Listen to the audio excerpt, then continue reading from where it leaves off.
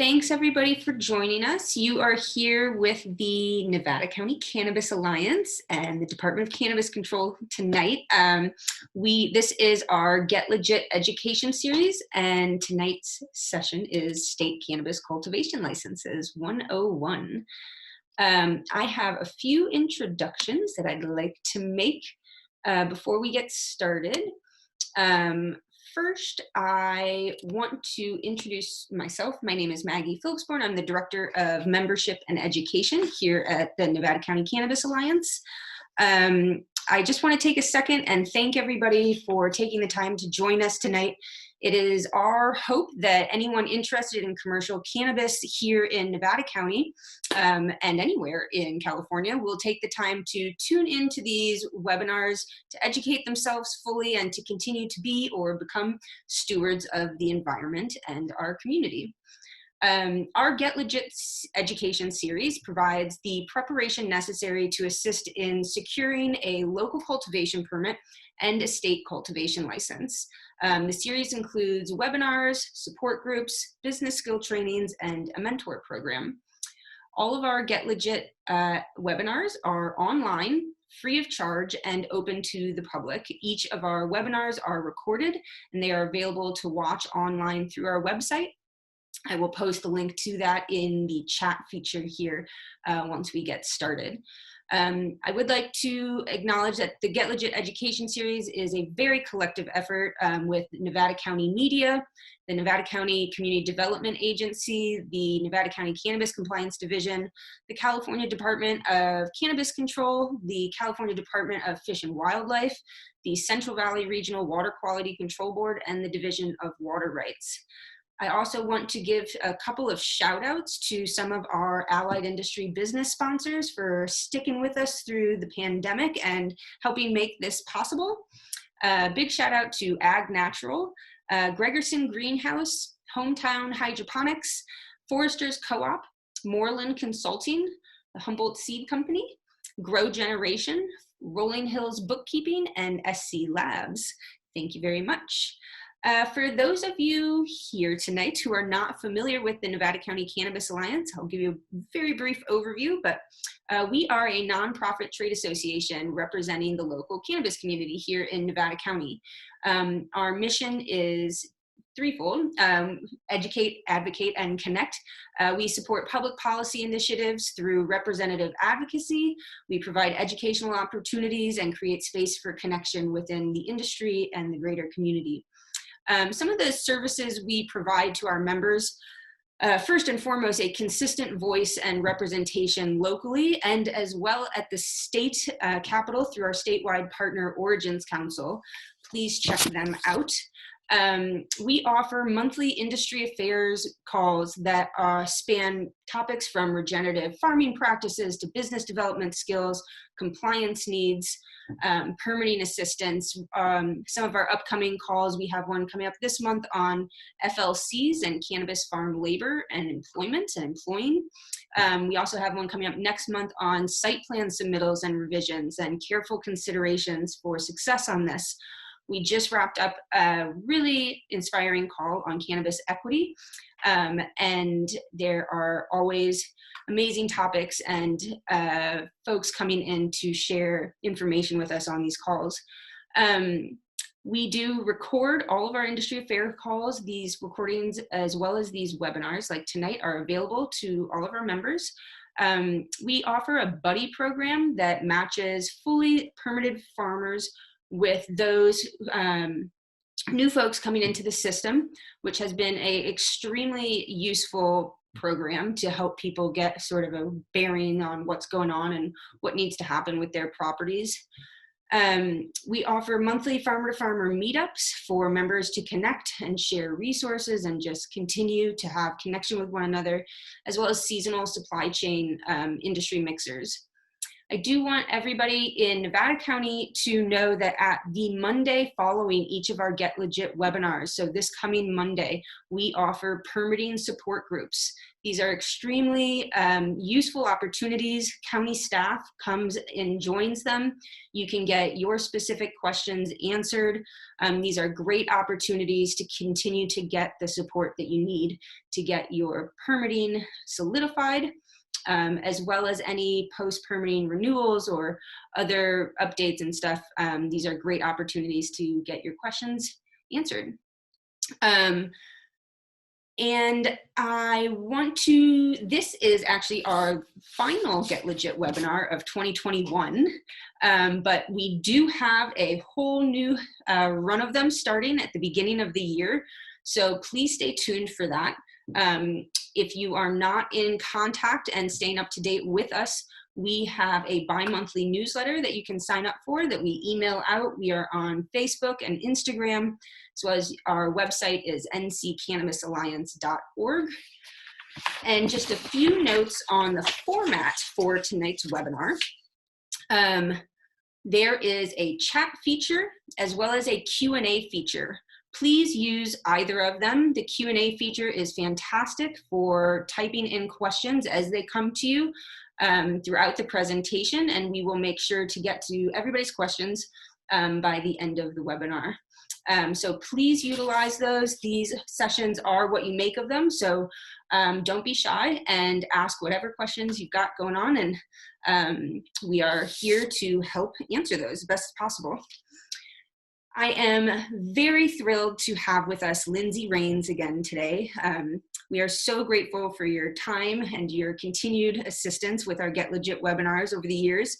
Lindsay is now the Environmental Program Manager in the Licensing Division of the newly formed Department of Cannabis Control. I hope I got all of that right.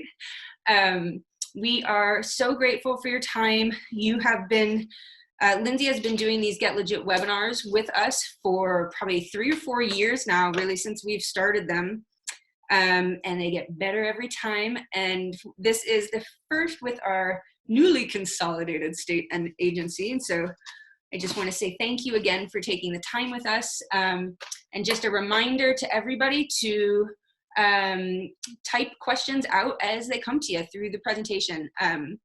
And Lindsay, I will hand it off to you. Thank you so much. And thanks everybody for joining us. Thank you, Maggie. I am going to share my screen, or attempt to. And can you all see overview of, it's good? Yep, looks great. Okay, so I cannot see the chat feature when I am like this. So if you could help me out with any questions that come in, Maggie, that would be super. Thank you.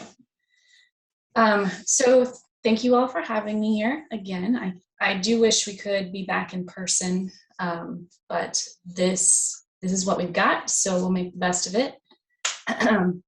As Maggie mentioned, we are now the Department of Cannabis Control effective July of this year. So I do want to point out that there are still references in this PowerPoint to the Department of Food and Agriculture, because we're still updating a lot of our documents and presentations and online information.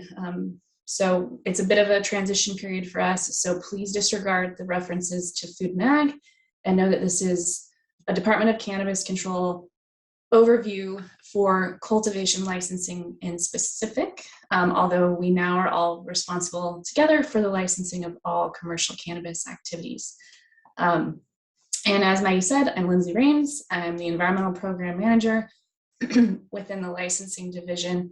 My staff are responsible for reviewing, so far right now, cultivation applications, but we'll be expanding into the CEQA requirements for other activity types as we work to align and consolidate into one department. So for today, we have an overview of the cultivation licensing process, some details on the application, some details on licensing statistics for the state, and a little overview of amendment and renewal processes for once you have a license. So just a quick overview. This information is from earlier this year, but the trends haven't changed that much. The top 10 counties as far as volume of cultivation licenses issued are pretty much these 10 still, though the numbers have increased because we are now, I think, at over 8,000 applications approved over the last several years. But Humboldt is still the top county as far as number of licenses approved or active, followed by Santa Barbara. And as you can see, Nevada County is in the top 10, which I think is exciting. So there's that. Most of our licenses are adult use or A as far as designation, but there's still a quarter that identify as medicinal. And we are working through a process in regulation for licenses to be designated both A and M. But for cultivation, we've had a statement in the regulations previously that an A license or an M license could sell to any other or transact with any other license type. So it wasn't as, or it was hopeful that it was not as big of a burden for someone to be designated one or the other, and that wouldn't restrict you in doing business. But I do think it's worth pointing out that a significant portion of the state, 3/4, has opted for adult use license types. But I think in Nevada County in particular, you are required to be medicinal for now. As far as sizes of licenses for cultivation that we've issued to date, the majority of them are small. So for outdoor licenses, that's 10,000 square feet or less. Medium licenses only make up 9% of our population, and that's up to an acre of outdoor canopy. We do have a small portion of processor licenses, which are not actively growing plants, but doing processing activities. So they are in there, but represented, but not a huge portion. And then 5% of our licenses seem to be nursery licenses. So just some stats for you. Issued by type. So this is getting on to the lighting type, outdoor, indoor, mixed light 1 and 2. I think it's interesting, or it's worth pointing out that here in California, only 11% of our licenses are indoor. Most other states that have either adult use or recreational or even a regulated medicinal program are more focused on indoor cultivation. They certainly do not have the outdoor cultivation that California has. And we're unique in that, which is both fun and challenging for everyone involved. And here is a map. This data is from about a year ago. The volume of licenses has increased, but the distribution is about the same, but hopefully we can get an updated map soon. You can see that most of our annual licenses are up in Humboldt, at least for now, and some in Trinity, and then a few others as you work down through the state, but most of our licenses are still provisional.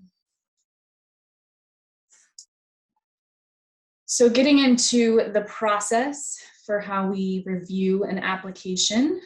This is a schematic that someone on my team put together, comes in handy. When you submit an application through our online portal and you pay the application fee, it shows up in our inbox.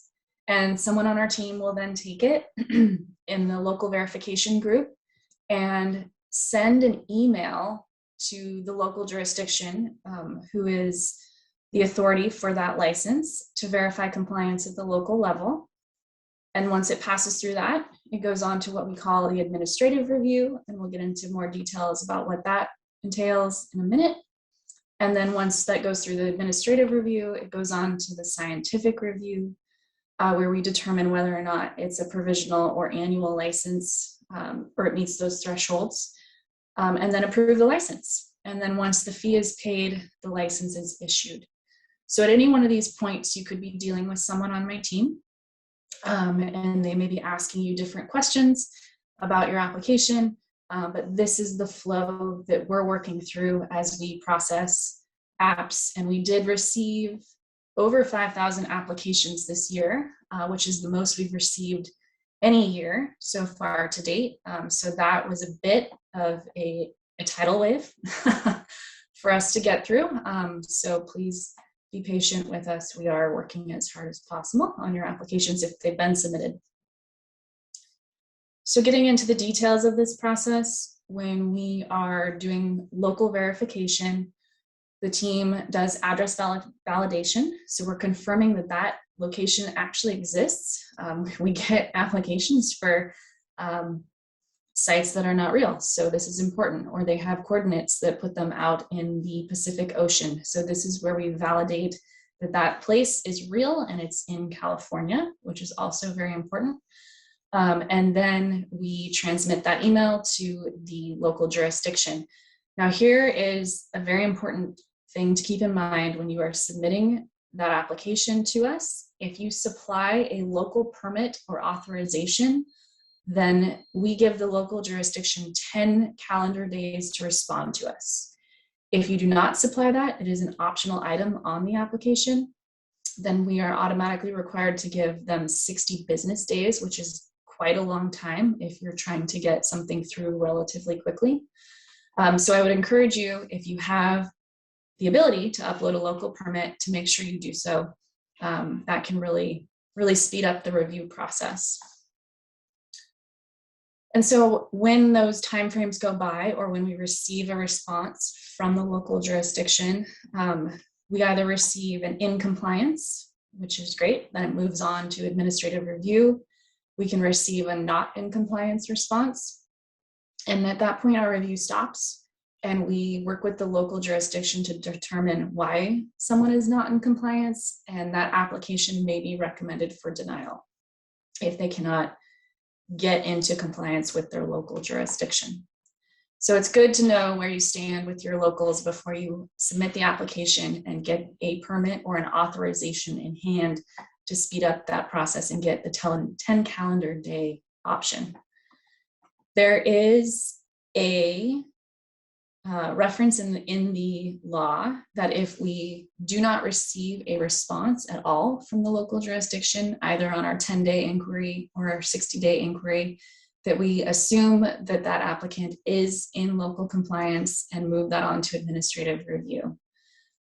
Where that's kind of a bummer is if it takes 60 business days and we don't get a response, and that application is sitting there for what ends up being several months. And there's not a whole lot we can do because the locals haven't responded. But I will say Nevada County and most counties that have really robust permitting programs are very responsive, and we really appreciate working with them. So that's local verification.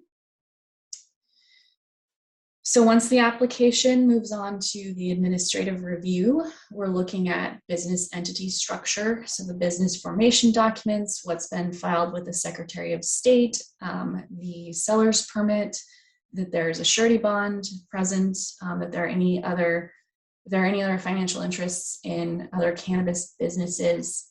Another very important component of this is the right to occupy. So if you own the property that you are applying for a license on, then we just need the title or deed to the property. But if you are a renter or a lessee, then we get the rent or lease agreement. And the most important part is really the acknowledgement letter that the property owner is aware that commercial cannabis cultivation is an intended use of this property and that they are okay with that. We also have owner applications. So each person who meets the definition of owner of a business will have to submit an application. And some of these requirements are actually changing right now, so I don't want to get into them too much, but it's essentially a background check. And as the rules change, our staff will be informed and make necessary adjustments to this review process. And if we're back here again for another webinar, we can give you guys an update on that in particular. So as the team reviews all of these different documents and makes sure that they are complete, or if there's anything missing, they fill out what they call a deficiency table. And then at the end of all the review, you would be sent a deficiency notice, which would line out where to go in your account to find out all of the information that is incomplete and what we need to make the application ready to move forward. We used to allow for 90 days to supply the missing information, but last month the Department of Cannabis Control combined and aligned regulations for all license types through the emergency rulemaking process and updated that time period to 180 days. So if you were to receive a notice next week, let's just say, you would have 180 days from that date to fulfill whatever information we were requesting for the administrative review, as opposed to the 90 days that anyone who's already gone through this would have had. So after that time, or I should say, you can submit information at any point during the 180 days. You do not have to wait until the last day. Though many people do, it is not advised. Definitely get your stuff in so we can take a look at it and move the application along. So once admin review is complete, it rolls on to what we refer to internally as the scientific review. We're really looking here at the cultivation plan. So the premises diagram, the property diagram, your Department of Fish and Wildlife LSA agreement, a water right if you are diverting with the surface water, or if you're irrigating with a surface water diversion, evidence that you've enrolled with the State Water Board's Water Quality Protection Program, and CEQA compliance. And so for provisional licenses, this is where we're making sure that CEQA is underway. So either the local jurisdiction is working on a CEQA document, or it's going to be the responsibility of DCC, or the Department of Cannabis Control, to complete that CEQA document. And how we approach those is a little bit different. And we can get into that. I think there's another slide. But this is where we're making the decision about who qualifies for a provisional license versus an annual license. And again, it used to be something that we provided 90 days to get us all the missing information, but now there's a 180-day window to submit deficient information. Lindsay, I'm going to ask a quick question, and I think you might have said that there's an additional slide for this, and so just to tell me to wait, but this might be applicable for just popping in with what you just said about CEQA compliance. Sure. For anybody on the phone from Nevada County, or on the call from Nevada County, this is something that we can assist you with here at the Alliance and or the county.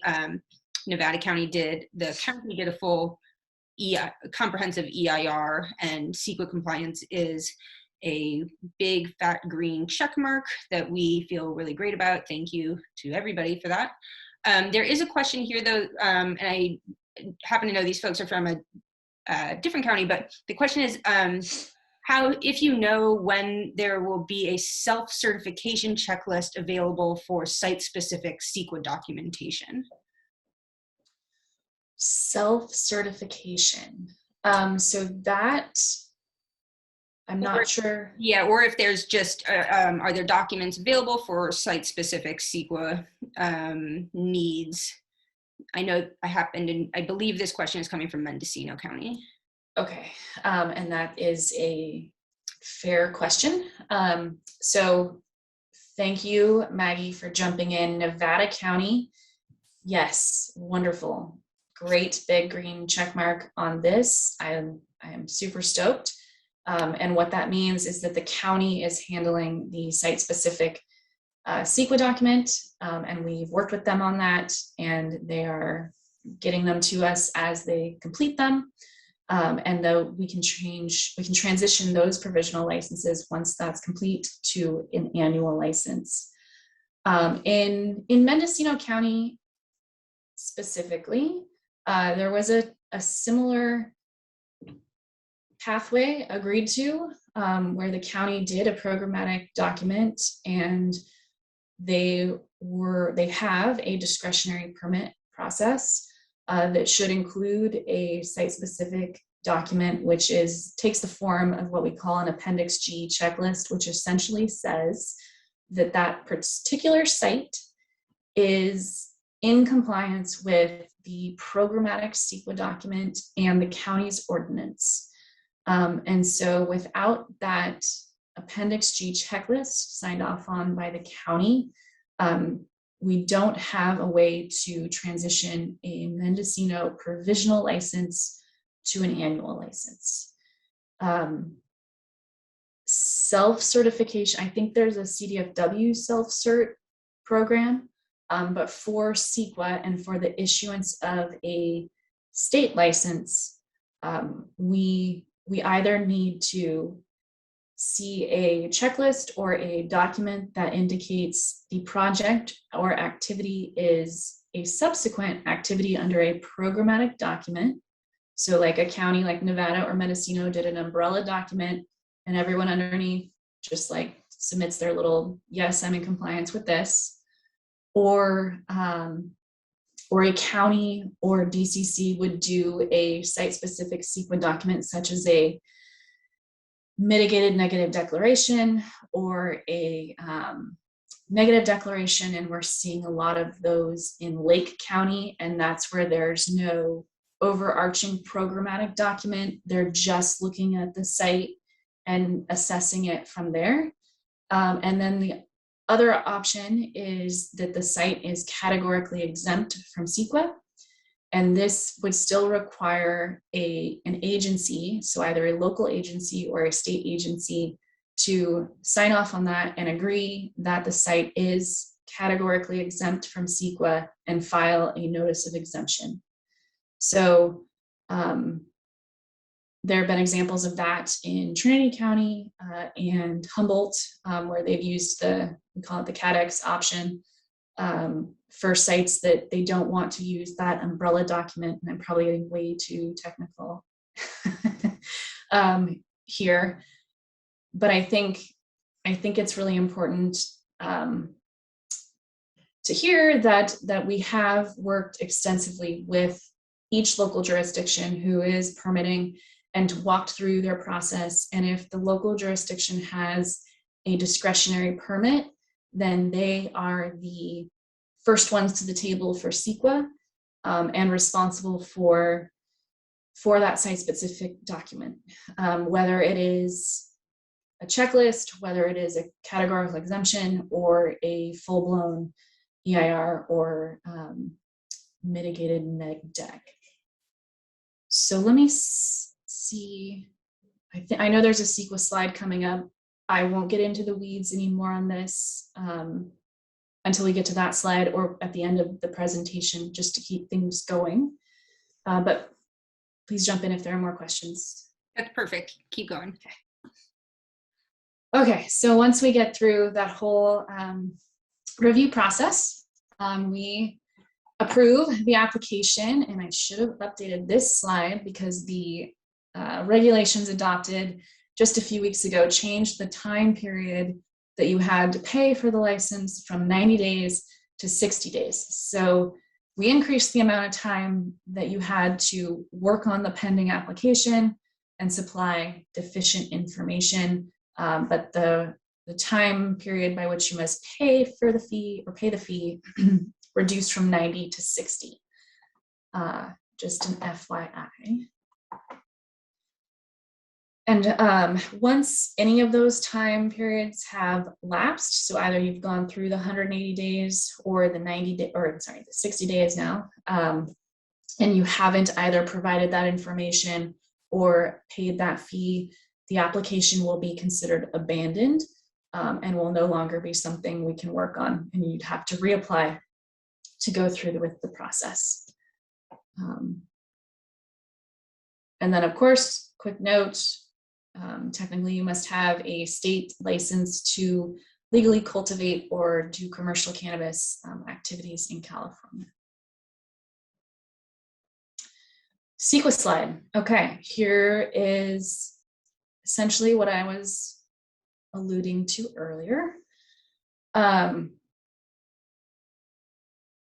State license, the state issuance of a state license is a discretionary action, which means it is subject to CEQA.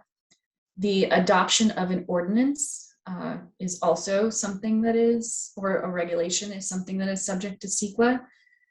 So there was a statute, and I can't recall if it's ended or if it was extended, but locals could opt for a statutory exemption that's not really applicable in Nevada County. But we are doing a full discretionary review either at the local level or at the state level prior to issuing the license. Dang dog.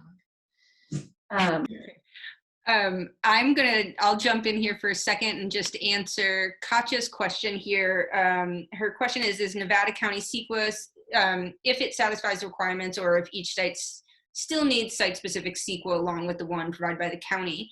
Here in Nevada County, you do not need to provide a site-specific CEQA documentation. The county's countywide environmental impact report is sufficient and checks this box off for all cultivators at this time in Nevada County. So you do not need any additional CEQA documentation. And I would just like to add that the county's document is sufficient because for each site, they are also completing a tiering checklist or addenda to tell us that that site is compliant with that programmatic document. So the county is doing that for you through their permitting process, which is great for you. And then once they complete that document, they would either give it to you or we have conversations with the county. So we would work with them to get those, to make sure that the site-specific CEQA document works for us. Great, thanks for that. Yeah, and just thank you, Michael, for the note that the jurisdictional exemption ended on June 30th of this year. Perfect. I knew there were so many deadlines this year and then new deadlines that have gone in. I haven't fully wrapped my mind around all of them. So thank you for that. Okay, so what I was going on about earlier is that there's there's three essential pathways that you can have a site-specific CEQA document.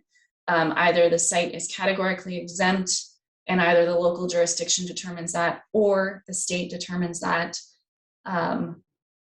You could have a site-specific document, which it begins with an initial study and then goes on to something like a mitigated negative declaration or an environmental impact report, depending on the impacts of the project that you determined during the initial study. So something like an existing warehouse that had been, in a similar function before could probably be categorically exempt.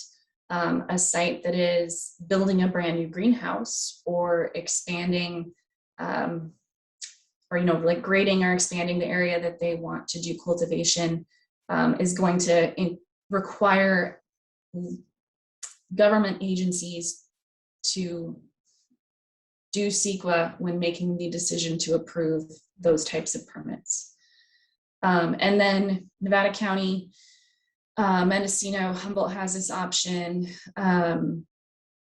There are a few others where they did a programmatic document, and then as they go through their permitting process, they're essentially doing a tiering checklist or an addenda to say that the site is in compliance with that, and that's what we're looking for from those jurisdictions for each of those sites. And then if the Department of Cannabis Control is going to be the lead agency for CEQA, so the local jurisdiction has opted out entirely or done a ministerial exemption, then we're really looking for a robust project description where we can know from reading it what's going on at the site and determine what the impacts are of that project, or determine which way it needs to go, if it's going to be categorically exempt, or if it's something we're going to have to take down a additional higher level CEQA document route. That project description is really key for us, and we do have now a lot more in the regulations that were just adopted, outlining what we want to see in that, and a form or a template, I should say, to get those project descriptions started. Not applicable to Nevada County, but this is a statewide presentation, so FYI. So that is CEQA. CEQA could really take up hours, and since Nevada County has done such a great job of addressing that, I will move on, but we can come back to it if anyone would like to get into the nitty-gritty.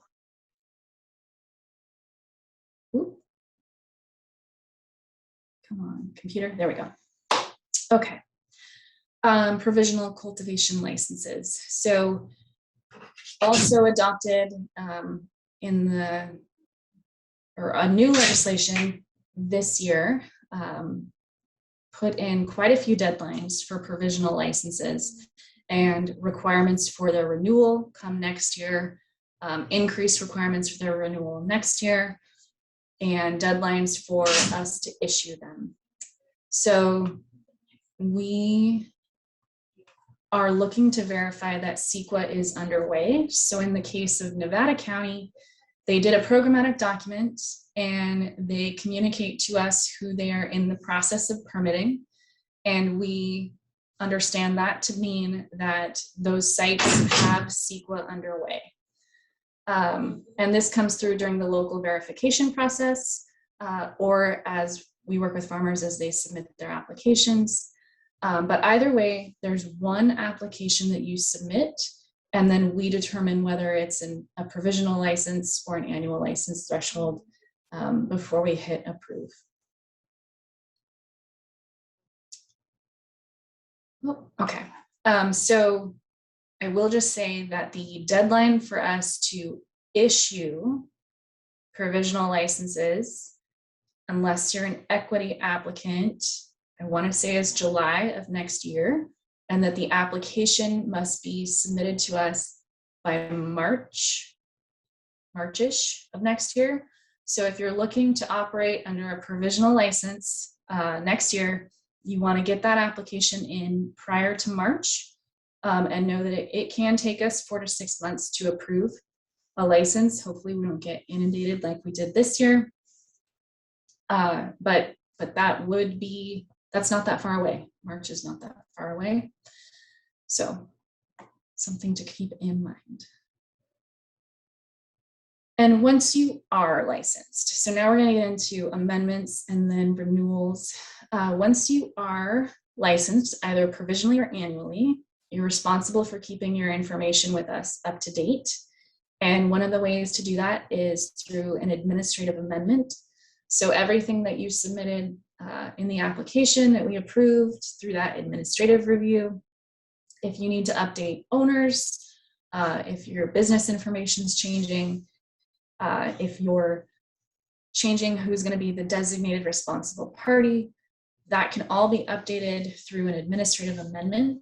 And this is how to update your email address. So I would encourage you to decide what email address you want to be contacted at by us before you even submit the application, and stick with it, because it is a pain to update, and it is everything. We link everything to that email address. So just something to keep in mind. And these are done through email, and we need to update this. It's no longer at CDFA, but we have all of our email boxes available on our website at cannabis.ca.gov.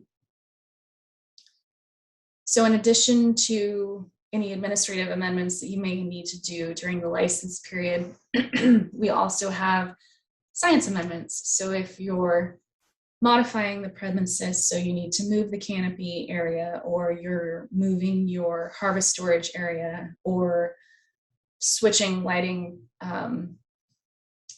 out, that would be a physical modification.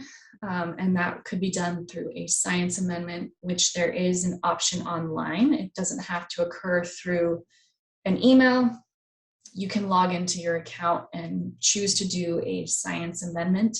This is also how you would transition a provisional license to an annual license. So let's say you got the final document from Nevada County that you needed, that site-specific tiering checklist that the county would be doing. That could be uploaded through this route and would allow us to transition, provided everything else was complete, the license to an annual license. And the science amendment is also how we ensure that provisional licenses are making progress and allow them towards annual license requirements and allow them to renew. So it was kind of a one-stop shop. Just let people submit stuff and we'll figure out what it means on the other side, at least for now.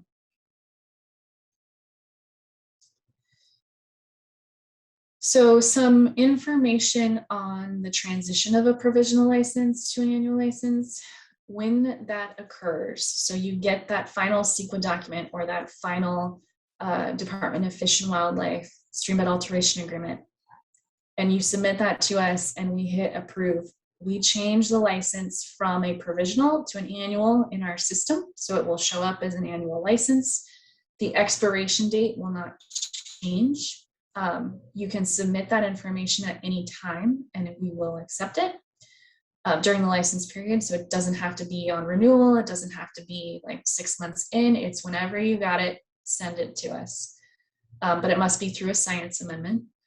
And there's no fee to do this. So you submit the science amendment. If you qualify after our review of the documents, we're just flipping a switch from a provisional to an annual and everything keeps rolling as is.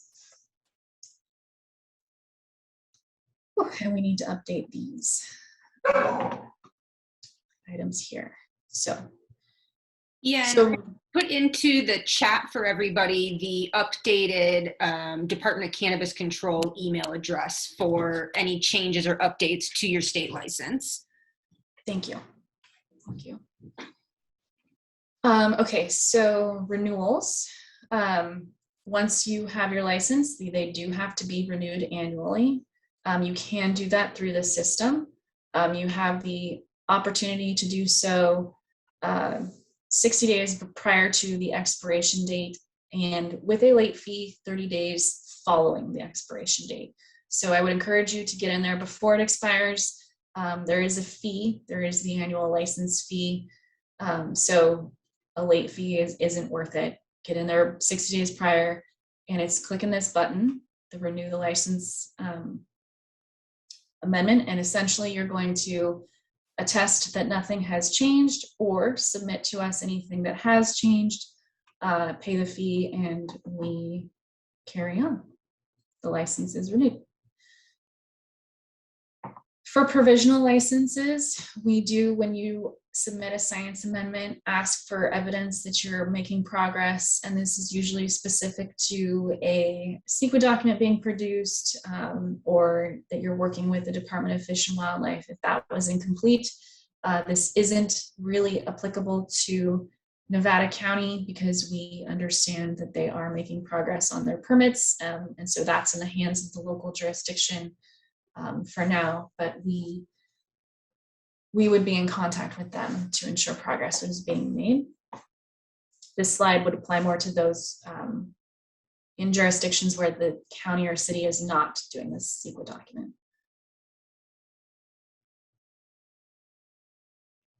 And this is just another slide on the renewal process, science amendments. Another big thing once you're licensed is the use of the track and trace system. And I think there are some updated regulations that went into effect a few weeks ago on how to use track and trace. I am not that familiar with them, but I would encourage you to take a look at them on our website. And if you have any questions, to contact that team or Metric for any assistance.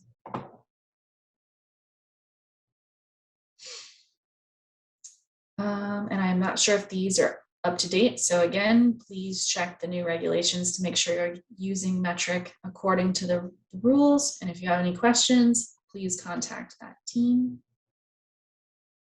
Oh, okay. We also have a compliance division that will conduct inspections and ensure that the site is complying with the regulations and their cultivation plan.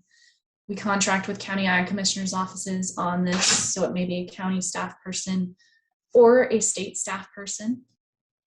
And then there's various progressive disciplinary actions that could occur if there are non-compliances found. And that is what I've got for now. Awesome. Thanks so much, Lindsay. We have some questions that we can get into, and I want to encourage everybody on joining us to continue to type in questions as they come to them. We'll start here. Hi, Lindsay. Abe here. Nice to see you again. 2 questions. 1, do I need to transfer my provisional processor license into an annual license just as I did with my cultivation license? Yes, if you intend to keep that license active past the provisional license end date. So it should, yes, a processor license should be transitioned if you want it to remain active in the coming years. Great. The second question is, will the Department of Cannabis Control have an option for farmers to quote unquote freeze or temporarily shut down without losing their license in case of, for example, tough financial times due to the market's crash?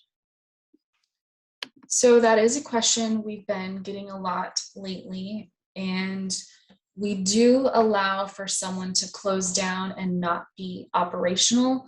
But I think the part of the question that isn't there is that they also want the option to not pay the license fee, right? Shutting down completely, right? And so at this time, we don't have that. A license could be non-operational, but there's still an annual fee associated with it.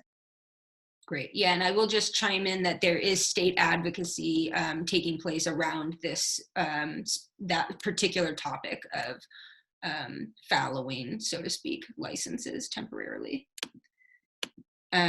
Great. The next question I have in regards to the right to occupy and making amendments to what if is it just emailing that amendment or the licensee email address if you need to make any changes to ownership? Yes, so the changes to ownership or changes to financial interest holders or the right to occupy, that is just an email to the appropriate email box, which is no longer this amendments at CDFA, but it is something I can provide to Maggie and Diana after to make sure all the email addresses are up to date. Perfect. Yeah, and I think it's one of the ones I listed in the chat feature for everybody who's looking at the chat. There's a couple email addresses there. So here's a question. I applied to transition my provisional to annual license 7 months ago. The matter is still not resolved. Is it common to wait this long? Well, we did receive thousands of amendments this year. 7 months makes me think that something else might be going on, but we can certainly look into that. It is not really, we don't really usually take 7 months to review an amendment. One of the things I'm gonna chime in and add about that actually is, and something that I get a lot of questions about and hear a lot of people in their own discovery processes about, I want to encourage anybody and everybody who has submitted a application to the state to look back at what email address they listed and the contact name that they listed on the application itself. If you are working with any type of consultant who is reaching out on your behalf, that from a different email address, you should be grateful probably that the state does not just provide information to any email address that reaches out inquiring about your license application. So to just sum that up, if you are reaching out about your application, please make sure you are reaching out from the same email address that was submitted and is attached to that license application.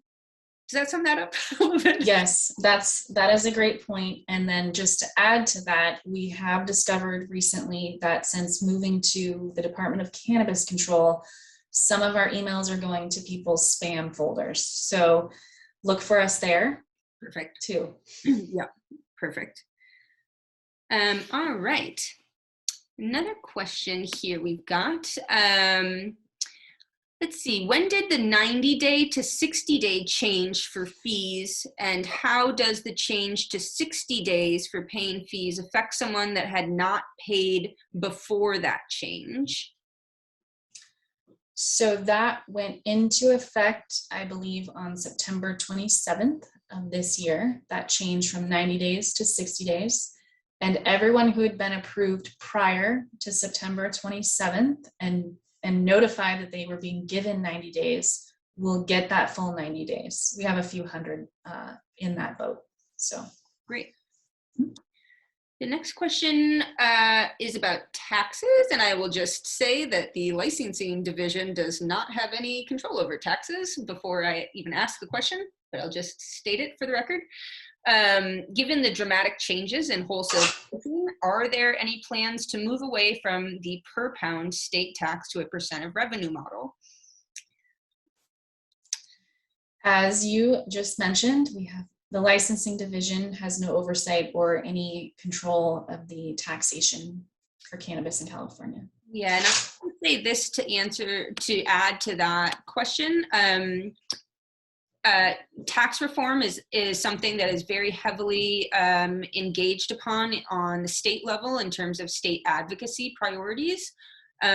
Tax reform takes place on a legislative level. It is not made that would not be a decision that is just made and enacted by the Department of Cannabis Control, fortunately or unfortunately. And so get involved with the Alliance or your local advocacy organizations to be engaged and active about tax reform. Next question here, also maybe not in your wheelhouse, but we'll see. This question is related to the local jurisdiction grant assistance program, if that's okay to ask. Are reimbursements for expenses already incurred as part of the compliance process allowable under the program? If not, do you know where in the law this is written? So the local jurisdiction grant assistance program is currently accepting applications from the 17 or 18 local jurisdictions that were identified as potential recipients. The requirements for how they can use those funds is available on our website, and I'm not 100% sure of all the requirements, but there is an opportunity for them to assist their operators with costs to come into compliance or to maintain compliance to transition to an annual license. Yeah, and I would just say whoever's asking about that, there are ways for your local jurisdiction to be in communication with the state. And in terms of the applications, it would not be an individual or any farmer or anybody. It would be your county or city's governments who are going through those processes. All right, where are our next questions, folks? If anybody has any, now is the moment to chime them in. I just want to reiterate and remind everybody that this is being recorded and you'll be able to reference it for future purposes, as well as to reach out to any and all of us with follow-up questions. I will put our contact information in the chat here for the Alliance, as well as just the website for the new Department of Cannabis Control. And we have, yes, hold on one second here. And I also wanted to remind folks in Nevada County on the webinar here, we have some very great and quick, very effective blog posts on our website for anybody who is looking to transition their provisional to annual license. And so definitely check those out, reach out to us if you have questions about that. That should be a pretty streamlined process for folks here in Nevada County. And I'm just going to get your website up here in the chat real quick.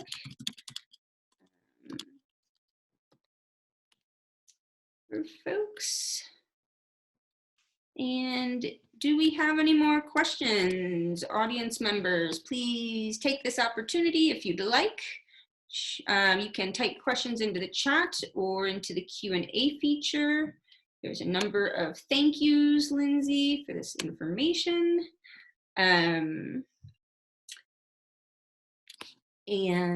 let's see, I think that was all the questions I had received on my end. We will give everybody their afternoons back if that is all folks have for us. I want to thank everybody for taking the time this afternoon. Please do reach out with questions. You can reach us here at the Alliance. You can contact the Department of Cannabis Control and the email addresses that I listed in the chat here. And please remember, for the folks here in Nevada County, we have a permitting support group this coming Monday at 3 p.m. This is open to anybody, and all county staff will be present to help answer questions. Please get the support you need. We are here to assist, and we hope to see you all at our next Get Legit webinars that will be starting in January. I do want to say that we, in the beginning of the year, just like we did this past year, we will have another Get Legit webinar that is specific to the track and trace system. We will have the Department of Cannabis Control back on for that. So stay tuned to that. That was a really enlightening presentation this past winter. So we're excited to have that happen again and continue with the Department of Cannabis Control. Let's see here if we have any. All right, there is one remaining question back to that CEQA checklist question. Apparently the BCC had a checklist for CEQA, and the question is whether the DCC is going to do similar or have the same. Or So the Bureau had some checklists available for assisting someone with submitting information that would allow us to determine a project was categorically exempt. And most of that meant filling out your project description, and that form is still available with a new name, with the DCC logo on it. And we may though need additional information even when that form is filled out and submitted to make our determination. Great. Yeah, I just recommend everybody emailing licensing@cannabis.ca.gov. And with that, I want to just say thank you so much, Lindsay, for all that you continue to do. I'm so happy that you continue to be working on this. The consistency of having you around is just beyond what I can be grateful for. So thank you so much, and we look forward to seeing you again in the future. Thank you everybody for joining us today. Like I said, reach out. We are here to help, and we hope you all have a wonderful harvest season and a rest of the month of October. Thanks so much. Have a great evening.